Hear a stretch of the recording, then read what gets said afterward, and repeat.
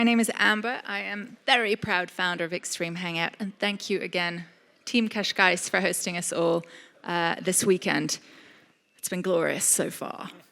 And now, we're going to discuss, what is our title today? Green Urbanite, the power of our choices. Okay, so I just had a few things that I wanted to say about cities. I remember going to a panel at the Cloisters Forum, which is a really beautiful environmental forum hosted up in Cloisters in Switzerland a few years ago. And I was kind of disappointed they were talking about cities. I love talking about nature and the oceans and stuff. I was like, really, cities? And I came away after 3 days with those guys, and my brain was just blown completely. And I got really excited about it. So I have high hopes for our panel this afternoon. But I'm going to start with this, if my iPad doesn't keep locking. So cities have been described as parasites on natural and domesticated environment. Since they make no food, it doesn't clean air, and we clean a little of our water in cities, obviously. It's the recycle effect. And it has been argued that such disharmony may result in environmentally catastrophic events. So, green urbanism, just to give a little breakdown of what that means, because I'm very used to, in the environmental space, we use all kinds of acronyms and words and things, and we always assume everybody knows what we're talking about. So I wanted to give you guys a good definition. So it's been defined as the practice of creating communities beneficial to humans and the environment.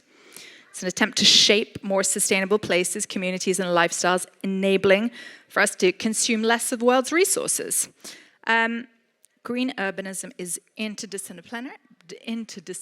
Oh, I can't speak anymore, forgive me.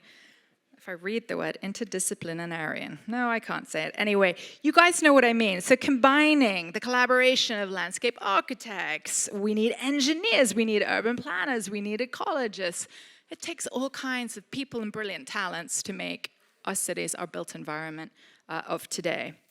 So, with 70% of the world's populations going to be living in urban areas by 2050, that's a pretty intense number of people living in these environments.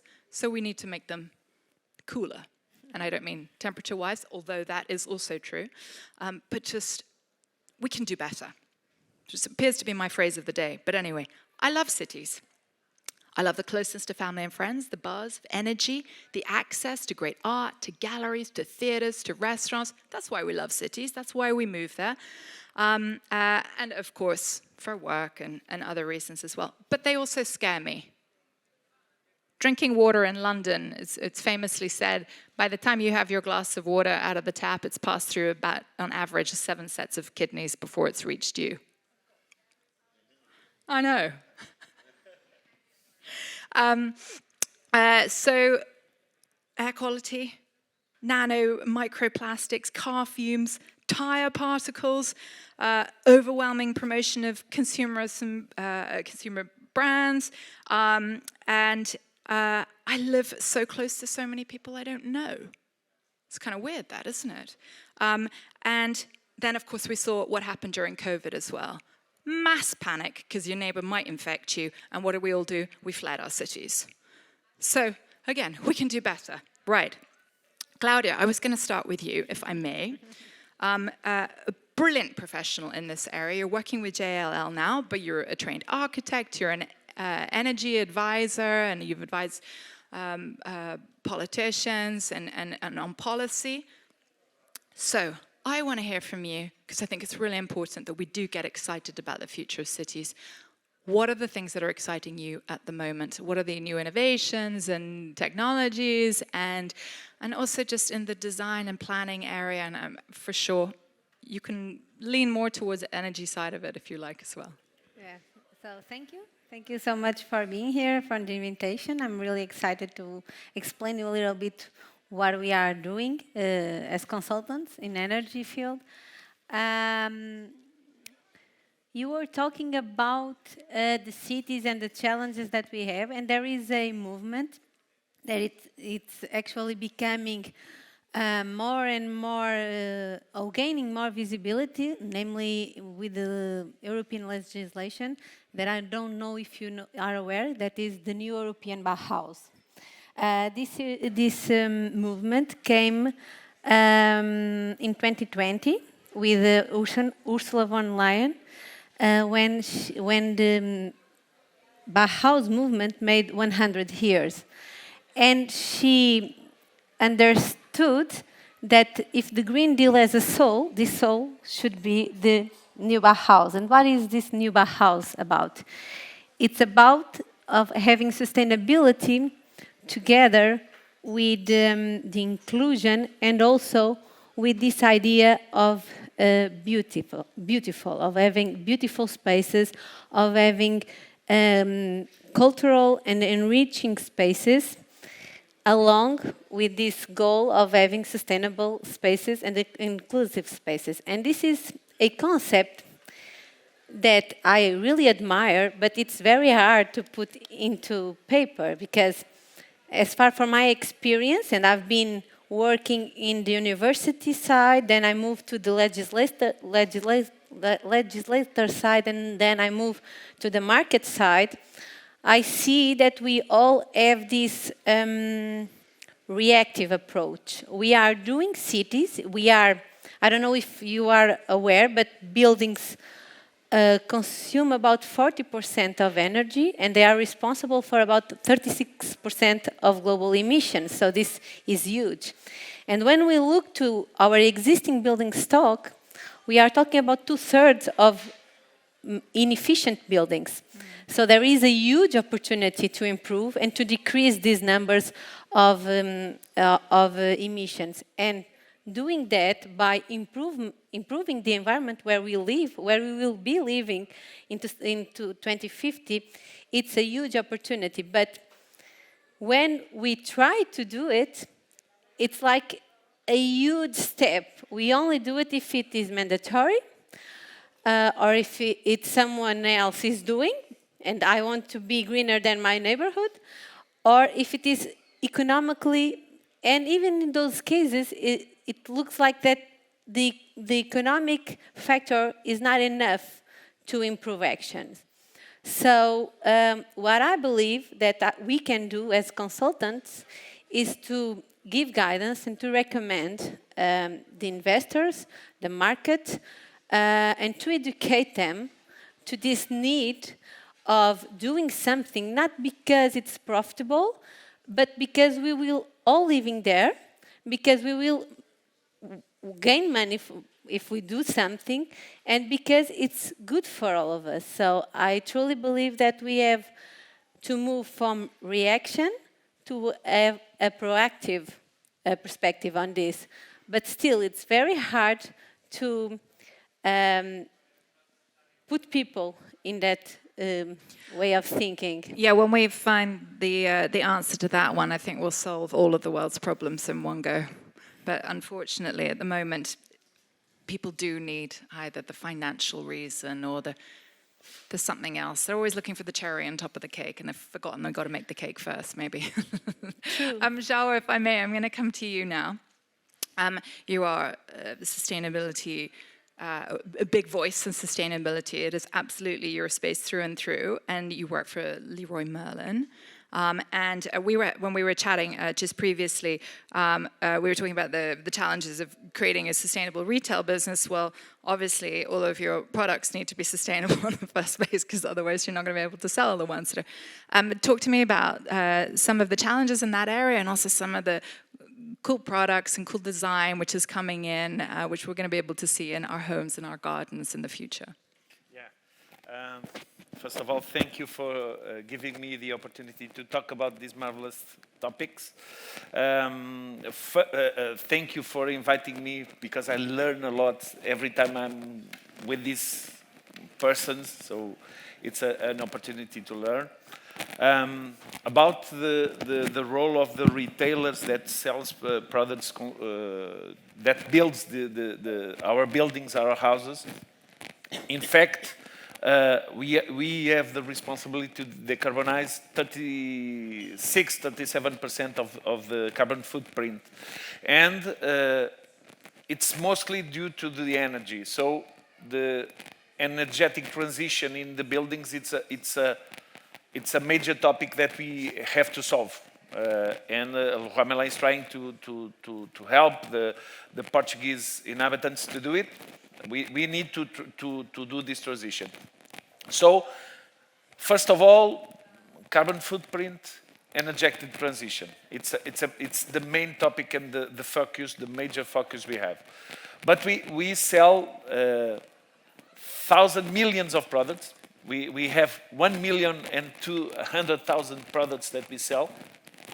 So our major impact is the quality of the products, and if our products are sustainable, we will have a huge impact because the houses in Portugal will have sustainable products.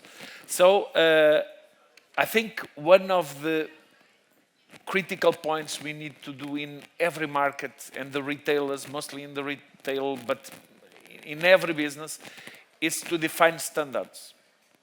Because when we talk about sustainable products, we talk about so many things that is important to start defining standards.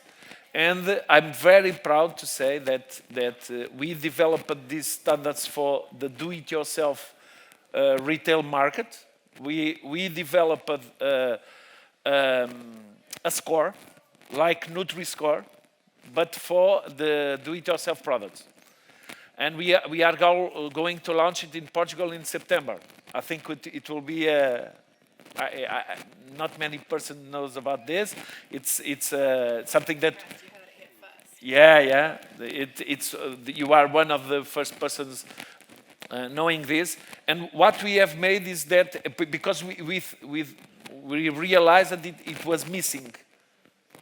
We tried to define what's a sustainable product concerning do-it-yourself market.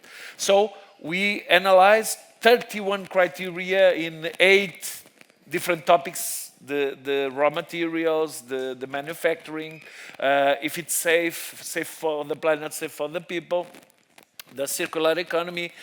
So we analyzed 31 criteria, and we try to define the sustainability of each product. It's for each product. So I think that for us, that we are always looking for the consumer, the power of the choice of the consumer. It's what I personally think it's very important to empower. And so with this, the home index, this methodology is the home index score. We are going to put in every product a score and try to empower our consumers to make more sustainable choices, more conscious choices. And tell me, are these standards something that you're going to share so that other people can use them as well? Yeah, the methodology was created in France, and it's applied in France. Our goods in France, they are sold with this score.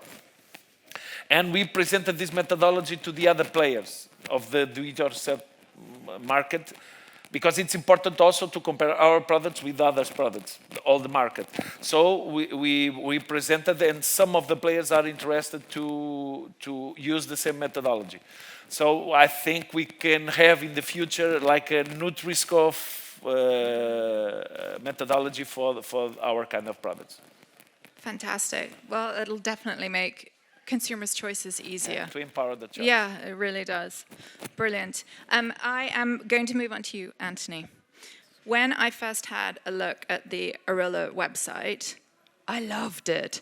Super beautiful, super slick, super sexy. But the fact that you use the word beautiful so often in the website, and I love also that Claudia mentioned it, so she kind of stole my thunder already by talking about beauty, but I did want to mention it in particular with regards to the work that you guys do at Arola, because I'm too upset often wandering around cities today, and you look at some of the housing stock, and it's just like, oh, wow, how did they ever get planning permission for that? And at the end of the day, it's human beings who live in these places. So please, will you tell us a little bit about Arola and the vision of your wonderful founder? Yes. Thank you very much for inviting us and being a part of this esteemed guest. Arola, the vision was founded with Dr. Gerd Jakob, who couldn't be here today, but he would have loved to We got share his you. vision. That's cool. We're happy. Yes. We build houses with cross-laminated timber. So we have solid wood that we cut and cross-laminate it into panels that then we build houses in a monolithic way. And our foundations that we use made out of screw piles. So if we go to a land, the topography tells us how to build. So we're not cutting down trees, we're not changing the slopes, because we can build around that. And we use the beauty of the nature to advise how the design should be. So we like beautiful a lot, because when I look at you all, you are dressed beautifully. When you go home, it should be the extension of who you are. So your house shouldn't be like a four-walled place that you go to, but it should be an extension of the life that you live in. And to close our life cycle, we are talking to Baudios and municipalities in Portugal to look at burnt areas so that we can grow mixed forest and biodiverse forest as well. And when it comes to cities, as we do realize that we're getting too crowded and our water levels are going up, so we have invented a way to build on water. So I think the future is also that we need to learn to live with and on water. So there are lots of communities around the world that do already, aren't there? Yes. It's And not. in the Far East, Africa, different parts of the world. That Beautiful, is true. stilted, and of course, if you're lucky enough to go to those really fabulous hotels in the Maldives or something like that, they all like to build them out over water. So we as humans, we love to live around water too. That is true, and the beautiful thing about our elements is that it is 50% lighter than concrete. So, and it has the same qualities, even better in many ways. So, thermal insulation, and we use this then to build on water, and it's lighter. Fantastic. The sad thing slightly today is our panel isn't able to be terribly long because it's a bit like a pack of cards. Everything has got shuffled a little bit further down the line. But so I want to ask about some literally specifics of some of the innovations in and around urban environments that our audience here today can get a little bit more excited about. And because you guys are all experts in this space, I figure you're perfect people to ask about this. Just as probably a terribly poor example, but I have noticed recently that there are some lampposts not very far from where I live where you can literally open them up, plug your car directly into the lamppost. And I was like, oh my God, that's genius. You don't have to build like sort of stations that everybody's trying to squeeze their car into and then get angry with each other that they're staying there for too long. But that is something which I love. And so whether it's inside homes or outside, what are some of the new technologies and stuff that you're excited about, Claudia? So I have to do a disclaimer that although when we look to greener cities, we expect to have these all new buildings really nice and beautiful and with a lot of glazing and so on, the greener building is the one that already exists. So that's the big challenge. And this connects with the circularity theme that we had previously.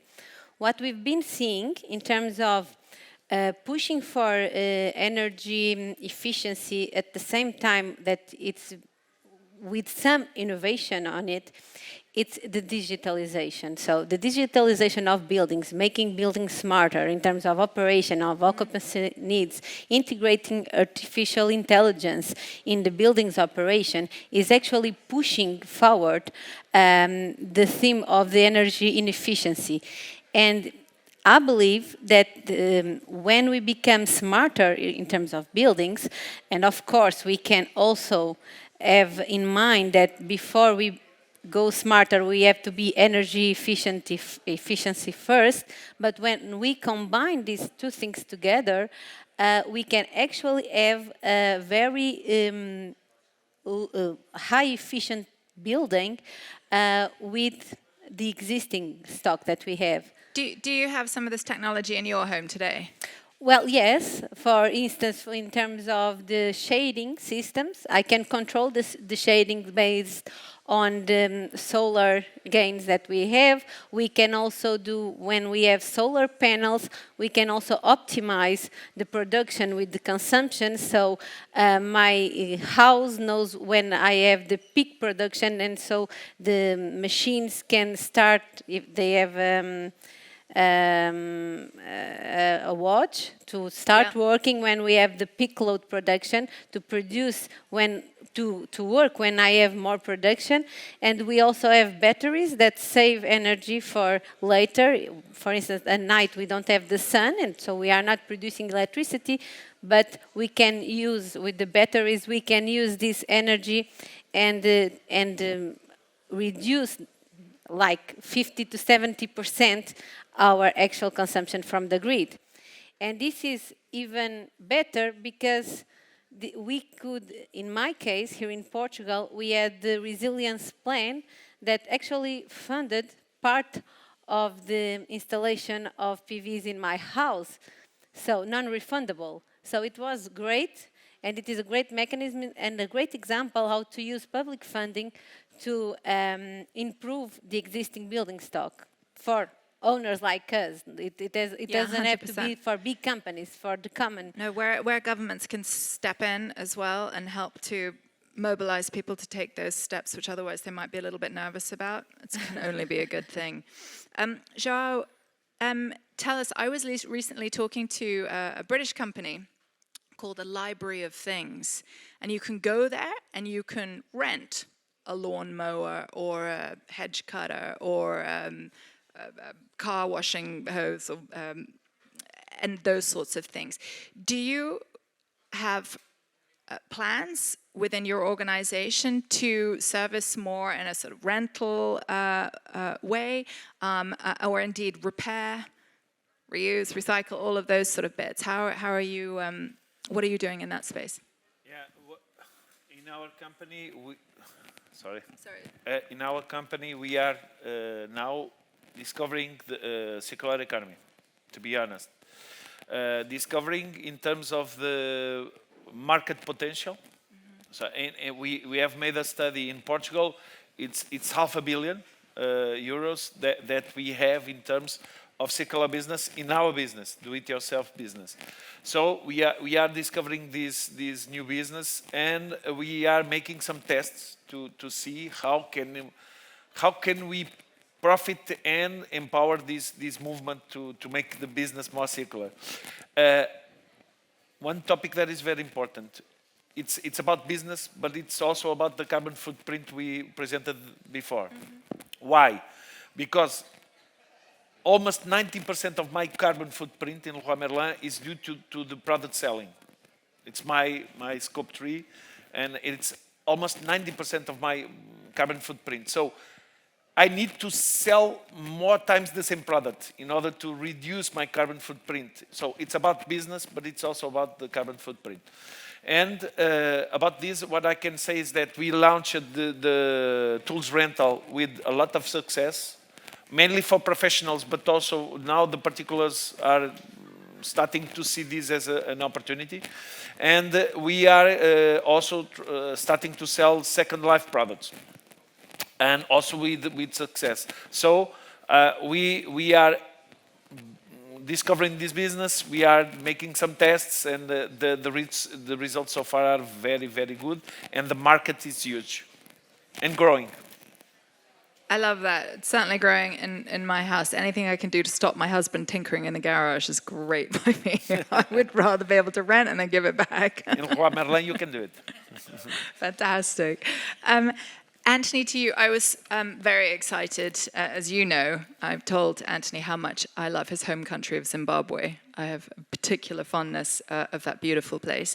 The population and the African continent is set to more than double before 2050. I think, is it 60 or 70% of the population are under the age of 30 already? I mean, it's a lot of people who deserve beautiful homes to live in, and with that comes enormous responsibility from all of the people who are going to be helping and working in that space. Have you heard, and do you know of people who are leading, whether it's actually the urban environments, the built cities, but also working within the homes and the infrastructure that they have on that continent already? And I really didn't prepare you for the fact that I was going to ask you this question, but I kind of thought you would know lots about it. So, I will speak on behalf of Arola, because that's one of the issues that we have with buildings in general. I think you do have to go a little bit high density when it comes to lowering down your costs, but you don't have to then do the skyscrapers. So we have some modules that we are working on in order to combat that. We realize that how we build, there's certain limitations that come with it.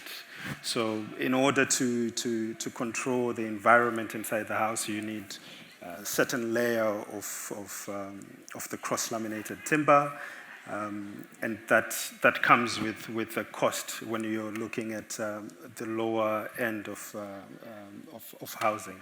So to combat that, we do have almost like semi-detached homes that we put together with private access to a green roof. So it's not skyscrapers, and it's high density, of course, but then it combats the lower rental prices. I love the green roof concept. Yes, so anything that we cover, because it's called soil sealing.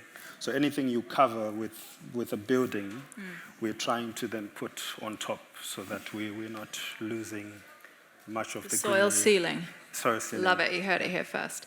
I think that's just a beautiful way of describing it, and it sort of says exactly what it is on the tin. And then you just think of all those insects and wildlife that come back and live in our urban environments again, because we need to welcome all those little dudes back too. Now, part of what we love to do at the Extreme Hangout is leave all of you guys with actions that you can then take away from having listened to our esteemed panelists. So just a sort of quick fire, our studio audience here, if you like. I mean, the one that I was going to suggest is looking at your energy provider. Can you switch to a greener energy provider? Because definitely looking at that and making that switch sends a very clear message to the powers that be that we care about where we get our energy from. So that's going to be mine. Claudia, over to you. Yes, and before doing that, we should try to reduce our consumption by introducing in our houses passive solutions, like changing our windows for more efficient ones, trying to insulate our houses, because the lower we go in terms of consumption, the less we have to buy to the utilities. So the energy it's just efficiency expensive. I need to change my windows at my apartment. Well, if you leave a piece of paper by them in the winter, you can see the piece of paper moving. I mean, it's ridiculous. But it's so expensive, so I haven't been able to do it yet. Yes. It is an investment. It is an investment, but though there are advantages of doing this, because you will improve the value of your house in the long run. You will improve your comfort, and there are proven health issues that are related to thermal comfort conditions. So imagine, we had a study, if you invest €1 in passive solutions, you imagine that you go one less time to the doctor per year. You improve your house value in 6%, you will not fail to go to work because you are not sick, so you can go to work. And we realize that the return of investment is almost 45% if you consider the other benefits that we call co-benefits of passive energy efficiency solutions. So okay, I'll start saving. It's more than what only we see. It's more about Claudia. what we get. Yeah. Thank you. My suggestion is on the same sense. Sorry. And quickly, doing the energetic transition of our buildings, it concerns with lowering down the consumption, producing energy, and monitoring all of that. So I would bet if you want to make significant changes in impact, it's on that first one. It's to low down your use of energy and to make it more efficient. And about that, it's not about the lightning, sorry. It's about making an investment, not a cost, it's an investment. It will bring you, it will have return. But you need to invest on passive solutions. It's not about lighting, it's about the 40–50% of what you consume. It's about climatization in heating the house. So you need to invest on passive measures, the windows and the walls, all of that. So if you want to do a quick win, it's the lighting. If you want to do stuff that will impact, it's about the windows and the walls. I feel like you two have been collaborating. This is great. That's okay. You guys are doubling down. In Portugal, we it just goes to show how of important this something is. that is called energy poverty or fuel poverty. And this is something that here in Portugal we are very willing to mitigate up to 2040, is to avoid this situation, because this situation has costs, not only energetic costs but social costs, and therefore I think it's a compromise that we are willing to move forward, and to do so we have to invest, as we are saying. Yeah. Anthony, we're going to have a unanimous opinion here, or are you going to give us something else as well that we can do? Well, I cannot help with the current buildings. All I can say is you need a new roller building. We have tree houses that we're planning to build in the north in 2025. And these are passive houses in the forest, and you're off-grid, and you use solar panels, and there's ways to recycle even the water that you shower with. There's a sensor that can read how clean the water is, and then if it's clean, it's recycled back into toilets or other things. They call it grey water. It is grey water. Yes, looking at your water systems at home too. Yes, so my solution is to build a roller home. Unfortunately, not for... We love that, you're very loyal, it's perfect. I am afraid we have run out of time this afternoon, but I want to thank all of you, Claudia, João, and Anthony, so much for joining me at the Extreme Hangout today. Let's give them a big hand, everybody. Thank you.